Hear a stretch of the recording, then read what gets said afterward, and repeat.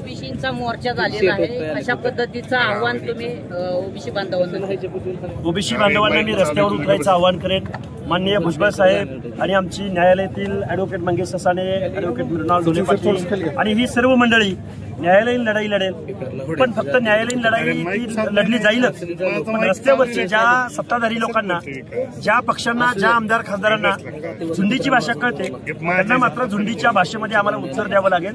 आज बारामती हे तो झाकी आहे, अगली लढाई बाकी आहे. परवा 7 तारखेला आम्ही धारूर तालुक्यामध्ये आहोत आणि आमची संघर्ष यात्रा महाराष्ट्रामधून 12 जिल्ह्यामधून ही संघर्ष यात्रा निघते आणि महाराष्ट्रातला ओबीसी एक झालाय आणि ओबीसीची वज्रमूठ आम्ही इथल्या सत्ताधाऱ्यांना, आमदारांना, खासदारांना दाखवून देऊ. या नवीन ओबीसीच्या आरक्षणावरती काय परिणाम? या नवीन JR मुळे ज्या लोकांपासून संरक्षण हवं होतं म्हणून आरक्षण दिलं, तीच लोक जर ओबीसीच्या कटकऱ्यामध्ये आली, शाहू महाराजांच्या उदाहरणादाखल तुम्हाला एक सांगायचं म्हटलं तर तगडी घोडी जर लंगड्या अपंग घोड्यांच्या जर तबेल्यात सोडली तर त्याचा चारा अन्न खाऊन टाकतील ना. ज्या ज्या खासदारांनी, ज्या ज्या पक्षांनी, ज्या ज्या सुप्रियाताई सुळेंनी, शरद पवारांनी ज्या जरांगेच्या बेकायदा मागणीला पाठिंबा दिला, तेच जर बोगस सर्टिफिकेटद्वारे ओबीसी मध्ये आले तर गावातला सुतार, लोहार, कुंभार, मेंढपाळ, साळी, कोळी, माळी ही माणसं कशी टिकतील त्यांच्या स्पर्धेमध्ये? त्यांच्या स्पर्धेमध्ये राजकारणात कशी टिकतील, समाजकारणात कशी टिकतील, शिक्षण नोकरीच्या स्पर्धेमध्ये कशी टिकतील? कारण यांचा प्रभाव महाराष्ट्राच्या व्यवस्थेवर आहे. आता असं कुठलंही JR नसताना त्यांनी बोगस सर्टिफिकेट 59 लाख काढलेत. आता हा JR म्हणजे माकडाच्या हाती कोलीत. या JR द्वारे 1 महिन्याच्या आत अख्खा मराठा ओबीसी मध्ये येऊन राहिलेला असेल आणि ओबीसी त्यांच्या स्पर्धेमध्ये टिकणार नाही. ओबीसीचं प्रचंड नुकसान झालेलं असेल आणि आरक्षणाचा मूळ हेतू हा सामाजिक न्यायाचा आहे. आरक्षणाचा मूळ हेतू हा प्रतिनिधित्वाचा आहे. कारण प्रत्येक क्लासमधला, प्रत्येक जमातीमधला एखादा प्रतिनिधी इथल्या निर्णय प्रक्रियेत पाहिजे. तुमचं प्रतिनिधित्व कशात नाही बरं सुप्रियाताई? तुम्ही विधानसभेत कमी आहात, तुम्ही लोकसभेत कमी आहात, तुम्ही नोकऱ्यामध्ये कमी आहात, तुम्ही शिक्षण संस्थात कमी आहात, तुम्ही आहात कमी कशात नक्की?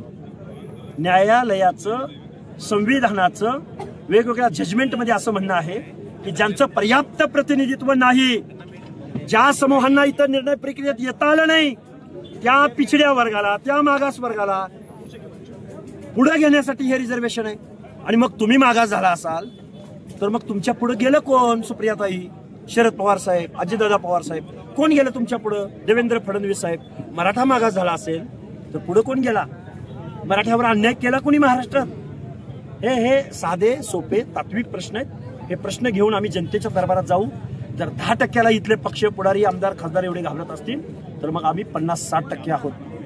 महामानव काशीरामजींचं, डॉक्टर बाबासाहेब आंबेडकरांचं, महात्मा ज्योतिराव फुल्यांचं सामाजिक न्यायाचं तत्व गावगाड्यातल्या हर एक माणसासमोर घेऊन जाऊ आणि मग बॅलेट काय असतं हे आम्ही तुम्हाला दाखवून देऊ. तुम्ही म्हणता 10%ला हे घाबरत असतील, म्हणजे याचा अर्थ दिलेला जो JR आहे तो दबावातून दिलाय. दबावातून, आर्थिकतेपोटी.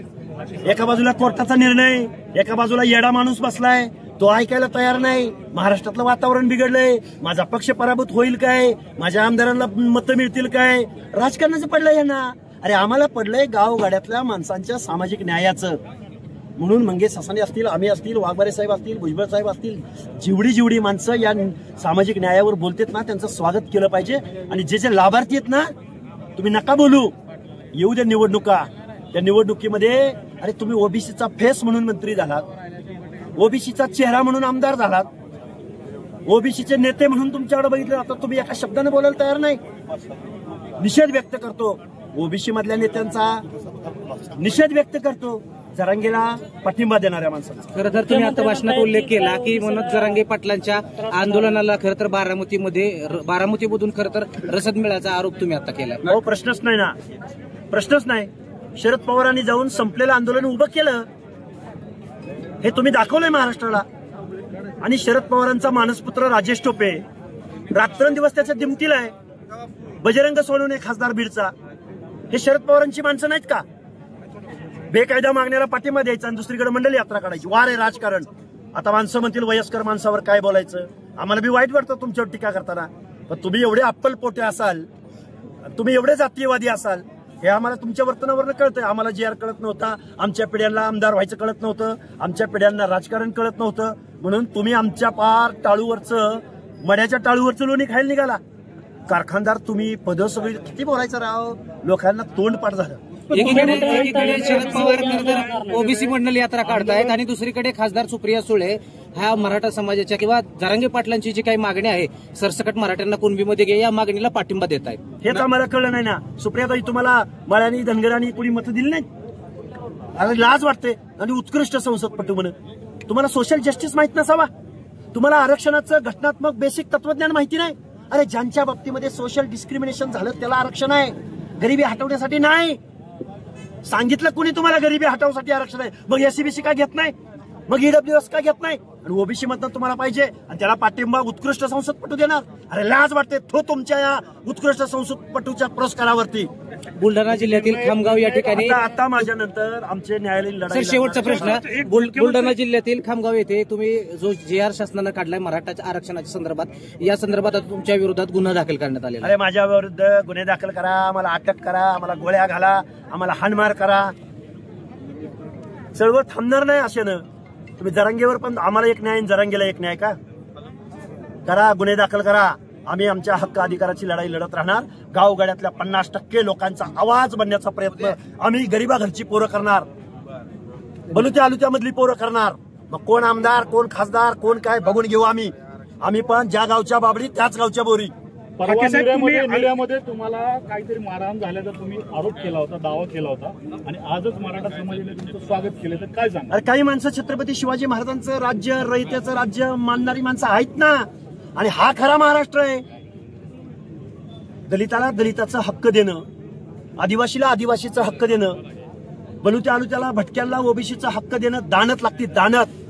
त्यांच्याच ताटात त्यांच्याच अनात माती कालवणारे तुमची काळी तोंड नाही ओबीसीने केली पुढच्या काळात तर आमचं बी नाव दुसरं. साहेब तुम्ही आता एल्गार यात्रा जी आहे ती काढली, संपूर्ण महाराष्ट्रावर सर्व जिल्ह्यात तुम्ही घेऊन जाणार आहे म्हणता. एकीकडे तुम्ही यात्रा काढताय, दुसरीकडे मुख्यमंत्री असतील किंवा मंत्री अतुल सावे असतील किंवा ओबीसी महासंघाचे अध्यक्ष तायवाड असतील हे स्पष्ट करतायत की यामुळे ओबीसींना धक्का कसं कळत नाही बरं? आमच्या हातात जीआर आहे, हा मराठीमध्ये आहे, हा काय इटालियन भाषेमध्ये आहे का? हा काय चायनीज भाषेमध्ये आहे का? हा काय हिब्रू भाषेमध्ये आहे का?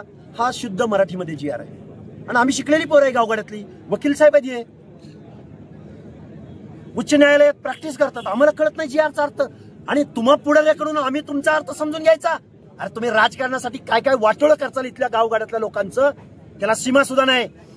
राजकारणाच्या वेळी राजकारण, मताच्या वेळी मताचं राजकारण. आत्ता सामाजिक न्याय हक्काची लढाई लढतोय.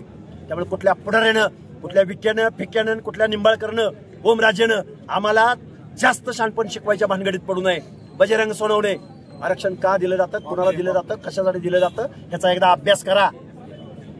वकील साहेब, शासन दिलेला जो JR आहे तो रद्द करण्यासाठी तुमची पुढची दिशा काय असणार? नाही, नक्कीच हा जो JR आहे तर SC ST OBC VJNT आलुतेदार बलुतेदारांचे दाखले द्यायचा जो अधिनियम आहे त्या एवढ्या महत्वाच्या कायद्यामध्ये मागच्या वेळेस या अर्धवट आज्ञेने जरांगेच्या हट्टापुढं आणि तो मुंबईत आला. मग मुंबईत आल्यानंतर मग आता निवडणुका आलेल्या आहेत. मग त्या निवडणुकीला आता सामोरं कसं जायचं, निवडणुकामध्ये अडचण होईल म्हणून तो रात्री 12 वाजता 26 जानेवारीला तो सगळे सोयरे गणगोत असे शब्द याच कायद्यात टाकले होते. त्याला 8.5 लाख हरकती ओबीसींनी घेतल्या. मग आता हरकती घेतात, त्याचा कायद्यात रूपांतर करता येत नाही, त्याच्या शासन निर्णय. मग त्यामुळे शब्द बदलले, शब्दछल केला, काव्यबाजपणा केला आणि त्या सगळे सोयरे आणि तो जो गणगोत शब्द काढला नातेसंबंधातील आणि कुळातील टाकला. आता हे म्हणतात ते की प्रचलित पद्धती आहे, त्याच्यासाठी एक कायदा आहे 2012चा. त्या कायद्यामध्ये प्रत्येक शब्दाची व्याख्या आहे, तिथं नातेवाईकाची व्याख्या आहे. त्या नातेवाईकाच्या व्याख्यामध्ये काय आहे, वडिलांकडच्या रक्त नातेसंबंधातील. यांनी इथं काय केलंय, नातेसंबंधातील. अहो नातेसंबंध कुठेही जोडतात. आता आंतरधर्मीय विवाह होतात, आंतरजातीय होतात, वेगवेगळ्या देशात होतात. कोण अमेरिकेमध्ये लव्ह मॅरेज करते, कोण युगांडामध्ये करते, कोण नायजेरियामध्ये करते. त्यामुळं अशा प्रकारे तुम्ही डायल्यूट करताय.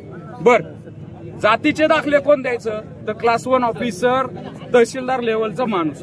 आणि हे सगळे नियमावली ही 2012च्या याच्यात आहे. व्हिजिलन्स कमिटी कोणती आहे त्याच्यात आहे. माधुरी पाटील या खटल्यामध्ये सांगितलंय तुम्ही कडक दाखले करा. पूजा खेडकरच्या प्रकरणानंतर आणखीन कडक झालं पाहिजे होतं. हे काय करतात, तलाठी बघणार कोण त्या कुळातला आहे तो माणूस. ग्रामसेवक बघणार, तो कृषी अधिकारी बघणार, तलाठी काय तिकडे याला जाणार आहे का काशीला, यांचं सगळं बाड उचकटून बघायला. त्यामुळं हे काय करतात, ते पुढच्या दाराने घुसता येत नाही तर बॅकडोर एंट्री करायची. तुम्हाला ओबीसी होता येत नाही, तुम्ही राज्यकर्ते जमात आहे, मग ओबीसीत कसं घुसायचं, कुणब्याच्या खांद्यावर बंदूक ठेवून घुसायचं. हा कुणबी दाखले जे वाटले जातात, हा एक प्रकारचा महाराष्ट्राला लागलेला, ओबीसीला लागलेला कॅन्सर आहे. आणि आता ही कॅन्सरची 3rd स्टेज केलेली आहे.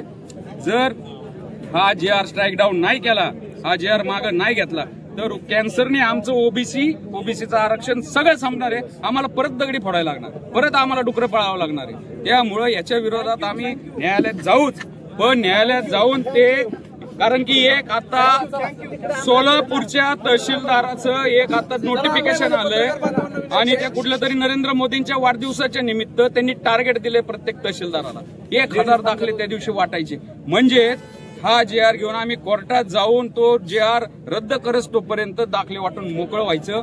ही सगळी कुरघोडी, हे सगळं काव्यबाजपणा हे राज्य सरकार करतंय. एकीकडे भाजप म्हणतंय DNA आमचा ओबीसीचा आहे, मग तुम्हाला तुमच्यात हिंमत नाही त्या जरांगेचा गचंड धरून त्याला सांगायला की तुझ्या समाजासाठी 10% EWS आरक्षण दिलंय, त्यात 8.5% लाभ घेतलेला आहे, 10% SCBC. ओबीसीचं नेतृत्व संपून टाकायचं. आणि ह्या भाजपला मागच्या विधानसभेच्या वेळेस या ओबीसींनी खूप मोठं मॅन्डेट दिलं. का तर पवार साहेब आणि त्यांचे कोण सहकारी रोहित पवार जरांगेला पाठिंबा दिला म्हणून. आणि आता तुम्ही उपकाराची परतफेड अशी करताय, आम्ही पण तुमच्या उपकाराची परतफेड करू. घोडे मैदान लांब नाही, स्थानिक स्वराज्य संस्था आल्यात त्यावेळेस आम्ही दाखवून देऊ. मग भाजपला आम्ही तुम्हाला जर वर उचलू शकतो तर तुम्हाला खाली पण आपटू शकतो. आणि तुम्हाला बघायला भेटल, तुम्ही 2 दिवसात हा GR रद्द करा, शुद्धीपत्रक काढा, आम्ही कोर्टाची लढाई लढूच. पण आता महाराष्ट्रात जे रणशिंग फुंकलंय ते बारामतीमधनं आम्ही फुंकलेलं आहे. आता महाराष्ट्रातल्या तालुक्यात गावागावात असे मोर्चे दिसतील. त्यामुळं आमच्या ओबीसीच्या ताट्यामध्ये माती घालू नका.